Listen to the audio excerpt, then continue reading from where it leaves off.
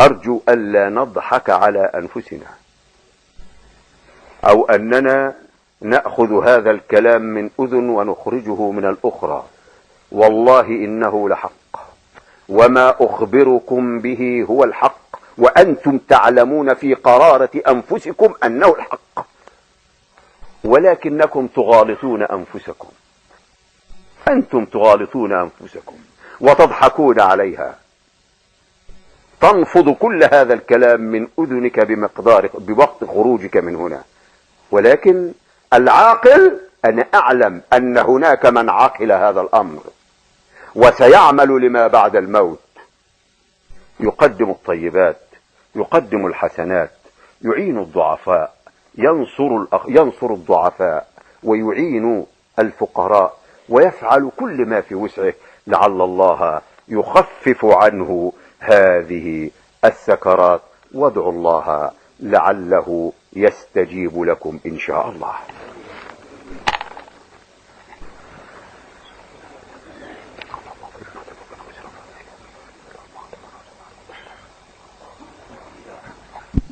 Bismillah ar-Rahman ar-Rahim.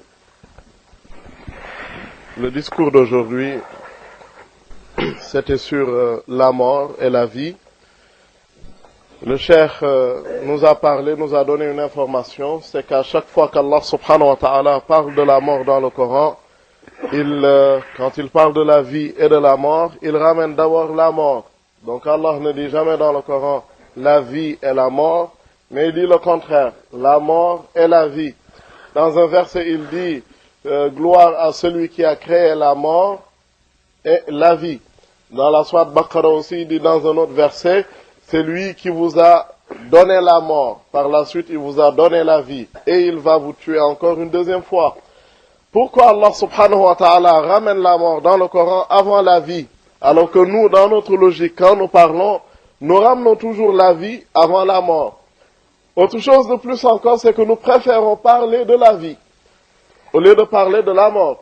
Tout le monde peut se parler du travail, parler de telle ou de telle ou de telle chose, tant que ça concerne ce bas monde.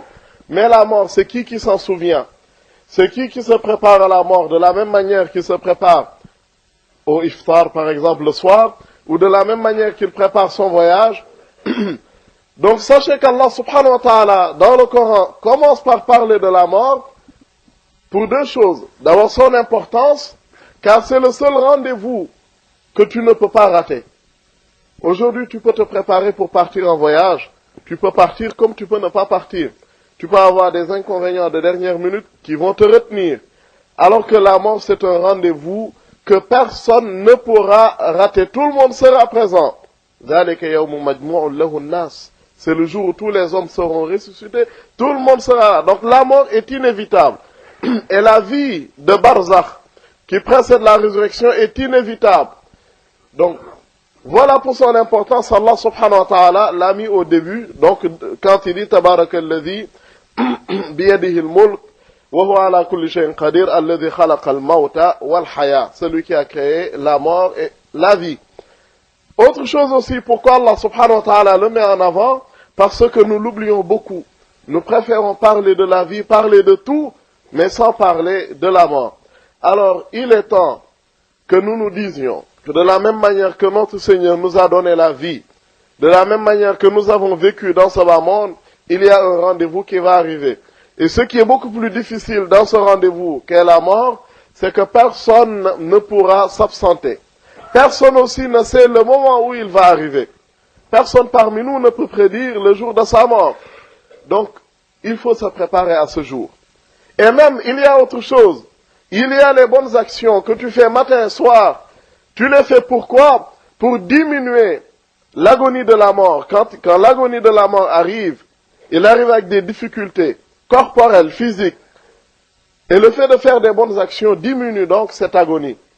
Et le cheikh nous a donné l'exemple du prophète sallallahu alayhi wa sallam, quand l'agonie de la mort est arrivée. Aïcha radiyallahu anha disait que le prophète sallallahu alayhi wa sallam suait. Il y avait beaucoup de sueurs qui sortent. Et il avait de la fièvre. Il avait devant lui de l'eau, il mettait ses mains dans l'eau et il le passe sur son visage Et il disait, Inna lil mawti la sakarat, la mort a son agonie, qui est inévitable. Donc des douleurs corporelles que celui-ci ressent. Ça c'est le prophète sallallahu alayhi wa alihi. Si lui, la meilleure des créatures, il dit que la mort est accompagnée par l'agonie, qui est encore parfois beaucoup plus difficile, si lui, il le dit, lui, le meilleur, la meilleure des créatures, alors nous, qui n'avons pas assez de bonnes actions, Ibrahim al-Khalil alayhi salam, quand Allah subhanahu wa ta'ala l'a tué, donc après sa mort, son Seigneur lui a posé la question, alors comment tu as trouvé la mort? Il lui a dit, c'est comme si tu prenais du fer brûlant et que tu le mets dans du coton et que tu le ressors. Comment ça brûle le coton d'un seul coup et tu le ressors? Il dit, c'est la même chose qui m'est arrivée. Ça c'est Ibrahim. Allah subhanahu wa ta'ala lui dit, mais ne sais-tu pas que je l'ai diminué pour toi? Donc il a diminué l'effet de l'agonie pour Ibrahim. Ya Moussa alayhi salam, même chose. Quand Allah subhanahu wa ta'ala lui a posé la question, Moussa, comment est-ce que tu as trouvé la mort? Il lui a dit, oh Seigneur, c'est comme si on enlevait la peau d'une bête alors qu'elle était encore vivante. La bête, le mouton qui est encore vivant, et tu enlèves sa peau. Ou bien un oiseau que tu es en train de cuire alors qu'il est vivant. Il ne peut pas mourir et se reposer, et il ne peut pas s'envoler et être sauvé. Donc ça c'est la mort. Si Moussa alayhi salam, qui dit ça, alors qu'Allah subhanahu wa ta'ala lui a diminué, donc l'agonie de la mort, nous, avons-nous pensé à des actions afin qu'Allah subhanahu wa ta'ala nous pardonne, afin qu'Allah subhanahu wa ta'ala diminue cet effet?